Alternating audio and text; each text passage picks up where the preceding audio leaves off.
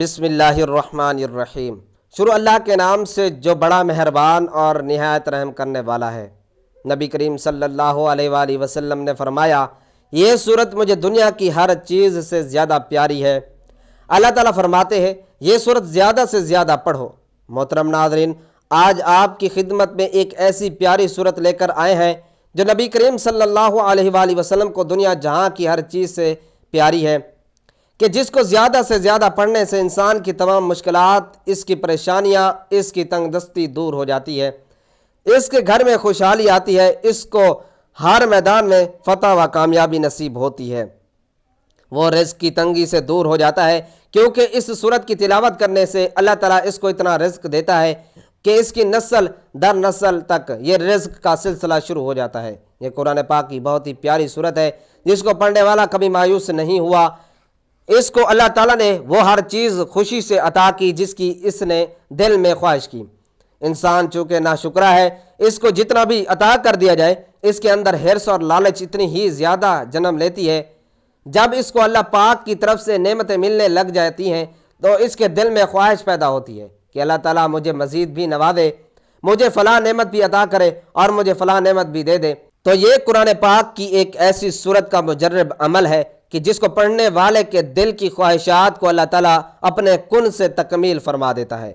یہ سورت حضرت محمد صلی اللہ علیہ وآلہ وسلم پر کب اور کیسے نازل ہوئی، اس حوالے سے بھی واقعہ بیان کیا گیا ہے، جس کے لیے گزارش ہے کہ ویڈیو کو آخر تک لازمی دیکھیے گا تاکہ آپ کو اس سورت کی اہمیت اور اس کے نزول کا علم ہو جائے۔ یہ سورت ایسی سورت ہے کہ جس کے نام سے ہی ظاہر ہو جاتا ہے کہ انسان زندگی کے کسی میدان میں بھی ناکام نہیں رہے گا۔ اس کو ہر میدان میں، ہر کام میں، زندگی کا کوئی بھی مقصد ہو، اس میں کامیابی نصیب ہوگی۔ محترم ناظرین، اللہ تعالیٰ نے حضرت محمد صلی اللہ علیہ وآلہ وسلم کی مقدس ہستی کو تمام انسانوں کے لیے رحمت للعالمین بنا کر بھیجا۔ اللہ پاک فرماتے ہیں کہ بے شک ہمارے پاس اللہ کی طرف سے ایک نور ہے، یعنی حضرت محمد صلی اللہ علیہ وآلہ وسلم، اور ایک روشن کتاب قرآن مجید۔ حضور نبی کریم صلی اللہ علیہ وآلہ وسلم پسند ناپسند ہر مسلمان کے لیے بہت زیادہ اہمیت رکھتی ہے، کیونکہ اس محاذ پر اس کی کامیابی یا ناکامی کا انحصار ہے۔ یعنی اگر آپ صلی اللہ علیہ وآلہ وسلم کے پسندیدہ چیزوں سے، پسندیدہ کاموں سے پیار کریں گے، ان کو پسند کریں گے اور آپ حضور صلی اللہ علیہ وآلہ وسلم کی طرز زندگی کو اپنائیں گے، آپ صلی اللہ علیہ وآلہ وسلم کی پسند ناپسند کا خیال رکھیں گے، تو اللہ پاک آپ کو عزت، دولت، شہرت، کامیابی اور دنیا کی ہر چیز سے نوازیں گے۔ اور جن چیزوں سے حضور نبی صلی اللہ علیہ وآلہ وسلم دور رہتے تھے، جنہیں ناپسند کرتے تھے، تو آپ بھی اگر ان چیزوں کو ناپسند کریں گے، ان سے دور رہیں گے، تو اس طرح بھی اللہ پاک آپ کی زندگی کو کامیابیوں سے ہمکنار کریں گے اور آپ کی زندگی سے پریشانیوں کو، غموں کو انشاءاللہ دور کر دیں گے، دونوں جہاں میں بلند مقام عطا فرمائیں گے۔ سرکار دو عالم صلی اللہ علیہ وآلہ وسلم کو اللہ تعالیٰ نے رحمت للعالمین بنا کر دنیا میں بھیجا۔ یہ لقب اور شرف ایسا ہے جو کسی اور کے لیے استعمال نہیں کیا گیا۔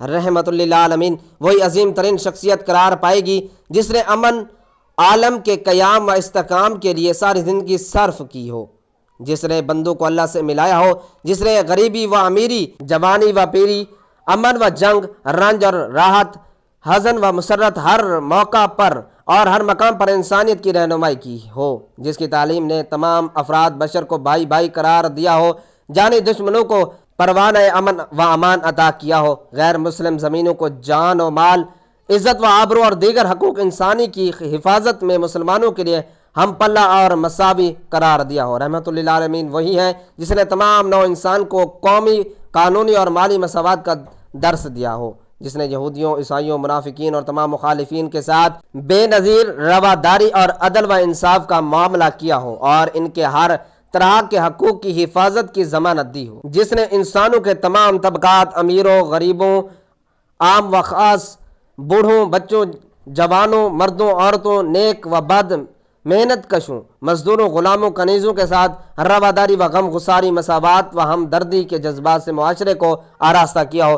سرکار عالم صلی اللہ علیہ وآلہ وسلم کی حیات طیبہ رواداری، مساوات و ہمدردی، غم گساری، عفو درگزر اور رحم و کرم کے واقعات سے معمور نظر آتی ہے۔ عام انسان کی خدمت، ان کی حاجت روائی اور اشک شوئی، سے سرکار دو عالم صلی اللہ علیہ وآلہ وسلم کو بڑی دلچسپی رہی۔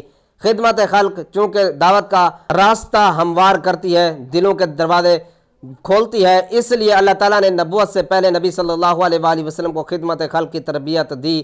خدمت خلق کے دائرے میں سرکار دو عالم صلی اللہ علیہ وآلہ وسلم نے رشتہ داروں کا ہمیشہ خیال رکھا، ان کے ساتھ حسن سلوک سے معاملہ کیا، ان کے حقوق کی ادائیگی میں پیش رہے، یتیموں، بیواؤں، بے نواؤں کی خبر گیری کی اور ان کی مدد فرمائی، بے روزگاروں کی مالی مدد اور مظلوموں، مصیبت زدوں لوگوں کی دستگیری فرمائی، اور نبوت کے ساتھ سرفراز کیے جانے سے پہلے بھی مکہ میں امن و امان کے قیام کے لیے کی جانے والی جد و جہد میں آپ صلی اللہ علیہ وآلہ وسلم برابر شریک رہے۔ محسن انسانیت حضرت محمد صلی اللہ علیہ وآلہ وسلم کی نبوت و رسالت کا امتیاز یہ ہے کہ رحمان و رحیم پر پروردگار نے آپ صلی اللہ علیہ وآلہ وسلم کو تمام جہانوں کے لیے رحمت بنا کر مابعوث فرمایا۔ اس حوالے سے ارشاد ربانی ہے، اور ہم نے اے رسول صلی اللہ علیہ وآلہ وسلم آپ کو تمام جہانوں کے لیے سراپائے رحمت بنا کر بھیجا۔ قرآن کریم کی یہ آیت مبارکہ رحمت للعالمین صلی اللہ علیہ وآلہ وسلم کی شان رحمت، آپ صلی اللہ علیہ وآلہ وسلم کے خصائل و شمائل اور اخلاق کریمانہ کا جلی عنوان ہے، جن میں کوئی شبہ نہیں کہ اللہ عز و جل کے تمام انبیاء مرسلین رحمت تھے مگر رحمت للعالمین نہیں تھے۔ ان کی شان رحمت اپنی قوم پر، اپنے علاقے پر، اپنے دور اور اپنے زمانے تک محدود تھی، جبکہ رحمت مجسم محسن عالم حضرت محمد صلی اللہ علیہ وآلہ وسلم کی رحمت و شفقت کا دائرہ ہر عہد، ہر زمانے، ہر قوم، اپنے پرائے جملہ کائنات اور جملہ مخلوقات، یہاں تک کہ تمام جہانوں اور دنیا و آخرت کو شامل ہے۔ رحمت للعالمین صلی اللہ علیہ وآلہ وسلم کی صفت رحمت اور آپ صلی اللہ علیہ وآلہ وسلم کی شان رحمت کی تجلی عام ہے۔ رحمت کے اس خزانے اور امت کے غم خوار کے دربار میں دوست دشمن، اپنا پرایا، عورت مرد، بوڑھے بچے، کافر مسلمان، آقا غلام، انسان و حیوان، کائنات اور تمام جانوں کا ذرا ہر ایک صنف ہستی برابر کی حصے دار ہے۔ آپ صلی اللہ علیہ وآلہ وسلم کی شان رحمت تمام عاملین، تمام جہانوں اور عہد کو محیط ہے۔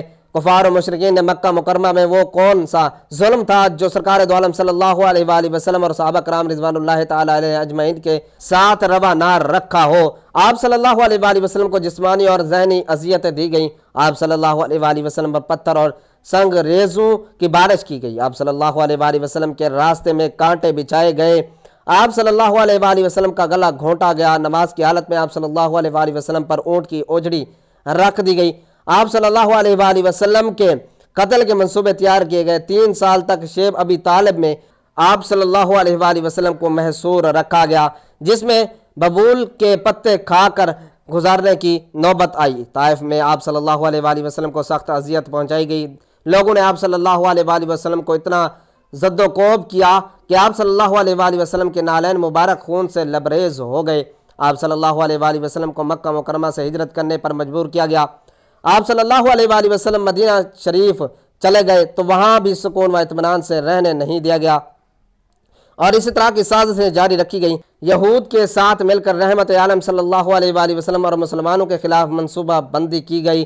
مکہ فتح کے موقع پر کفار مکہ کو موت اپنے سامنے نظر آ رہی تھی، انہوں نے خطرہ تھا کہ آج ان کی ایذا رسانیوں کا انتقام لیا جائے گا۔ سرکار دو عالم صلی اللہ علیہ وآلہ وسلم نے انہیں مخاطب کر کے فرمایا، اے قریش کے لوگوں، تمہیں کیا توقع ہے؟ اس وقت میں تمہارے ساتھ کیا معاملہ کروں گا؟ انہوں نے جواب دیا، ہم اچھی ہی امید رکھتے ہیں، آپ کریم اور شریف بھائی کے بیٹے ہیں۔ آپ صلی اللہ علیہ وآلہ وسلم نے ارشاد فرمایا، میں تم سے وہی کہتا ہوں جو یوسف علیہ السلام نے اپنے بھائیوں سے کہا تھا، آج تم پر کوئی الزام نہیں، جاؤ تم سب آزاد ہو۔ علامہ شبلی نعمانی رحمۃ اللہ علیہ سرکار دو عالم صلی اللہ علیہ وآلہ وسلم کی سیرت طیبہ کے ان واقعات کو نقل کرنے کے بعد آپ صلی اللہ علیہ وآلہ وسلم کی شان رحمت للعالمین کے متعلق لکھتے ہیں، حضور انور صلی اللہ علیہ وآلہ وسلم کی ذات پاک دنیا کے لیے رحمت بن کر آئی تھی۔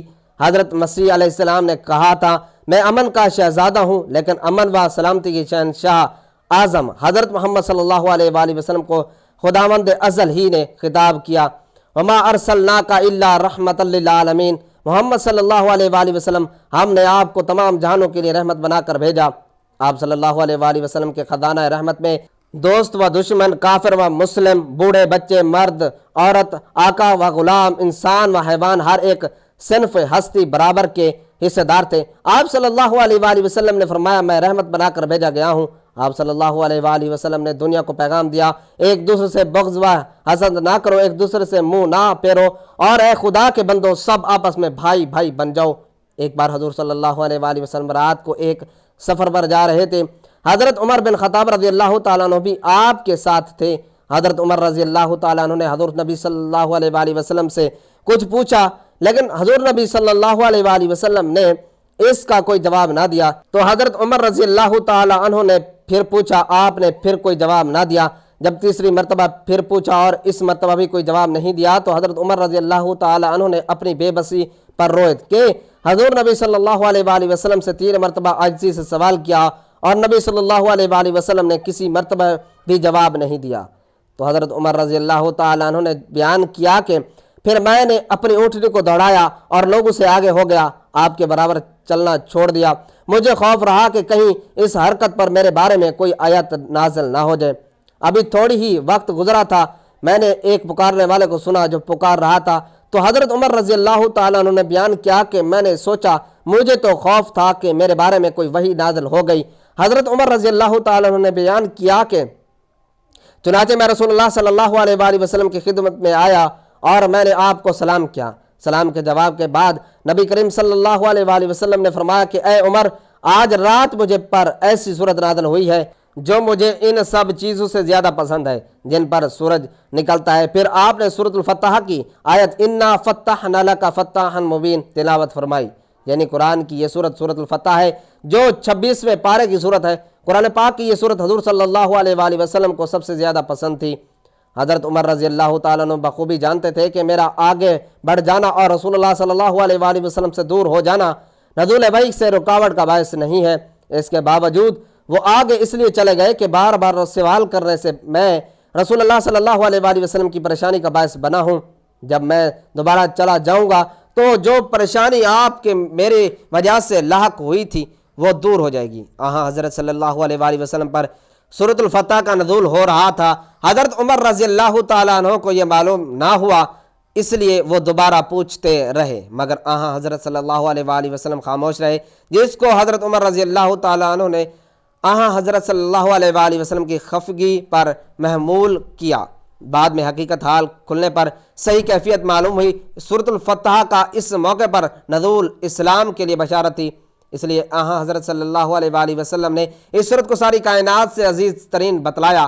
سیدنا عمر رضی اللہ تعالیٰ عنہ تقوی اور عشق رسول کے اعلیٰ مقام پر فائز تھے۔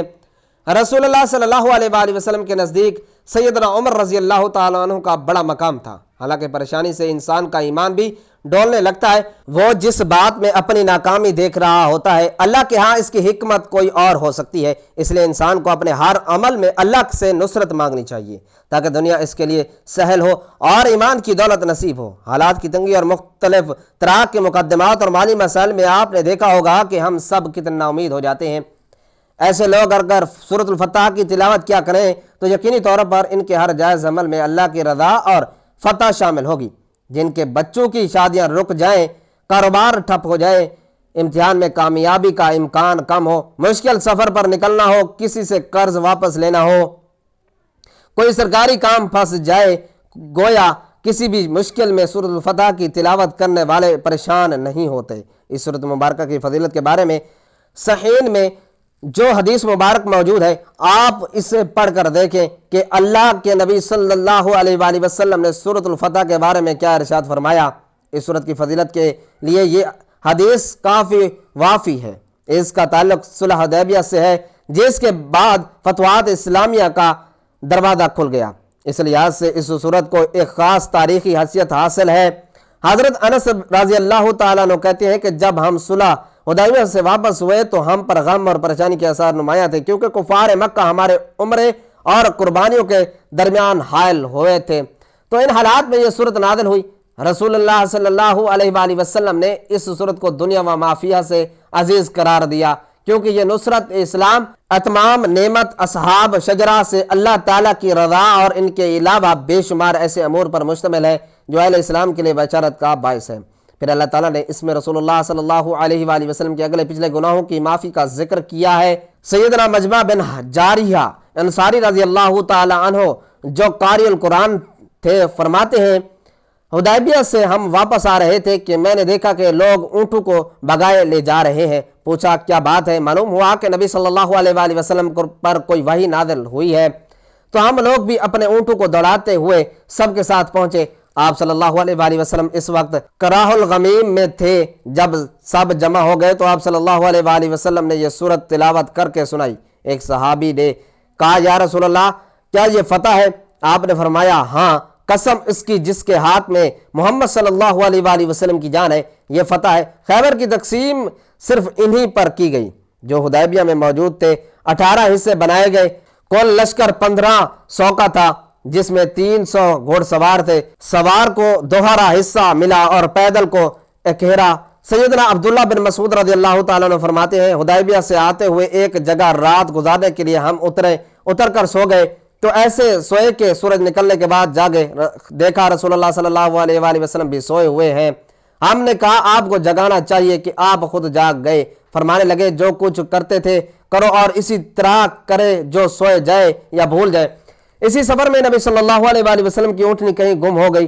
ہم ڈھونڈنے نکلے تو دیکھا کہ ایک درخت میں نکیل اٹک گئی ہے اور وہ رکی کھڑی ہے۔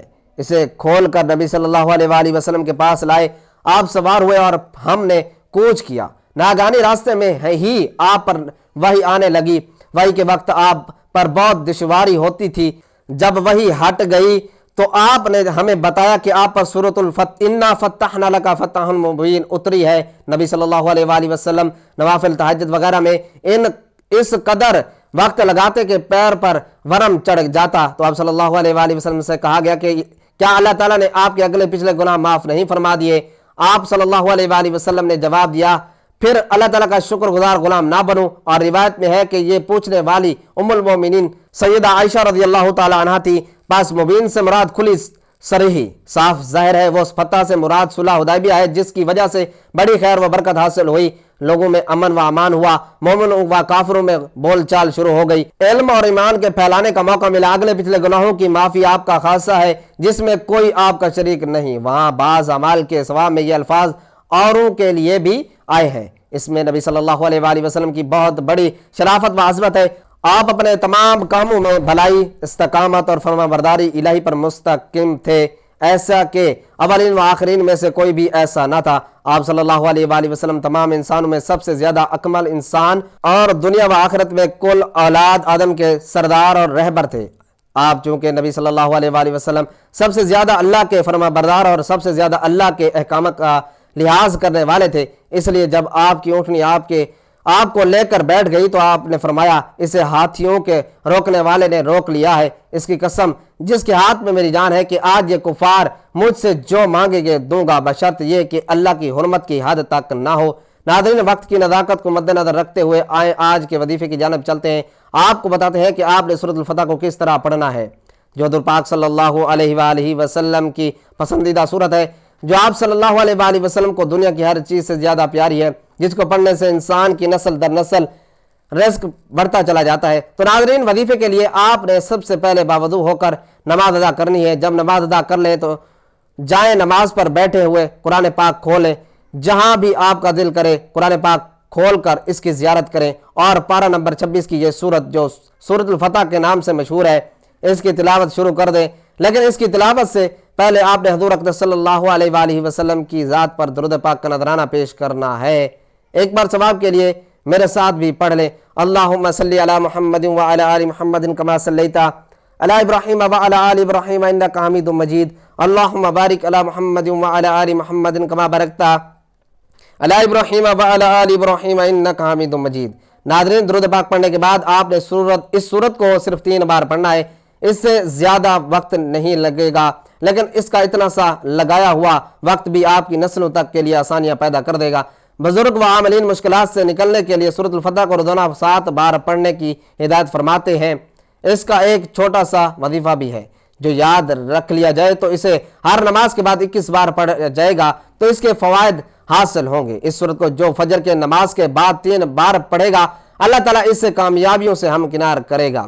جس کام میں ہاتھ ڈالے گا اس میں کامیابی ملے گی، اس کا بند رزق کھول دیا جائے گا، اور نسل در نسل اس کو رزق ملتا رہے گا۔ یہ ہمارے پیارے نبی صلی اللہ علیہ وآلہ وسلم کی پسندیدہ صورت ہے۔ جو بھی اس صورت کی تلاوت کرے گا تو اللہ رب العزت اس بندے کے لیے دنیا جہاں کے بند خزانوں کو منہ کھول دے گا، اسے لوگوں میں ہر دل عزیز بنا دے گا، ہر کوئی اس کی عزت کرے گا، اسے پیار کرے گا۔ اللہ تعالیٰ اس کے گھر میں سے محتاجی اور رزق کی تنگی ختم کر دے گا انشاءاللہ۔ تو آپ بھی اس صورت کی تلاوت لازمی کریں، خاص طور پر نماز فجر کے بعد۔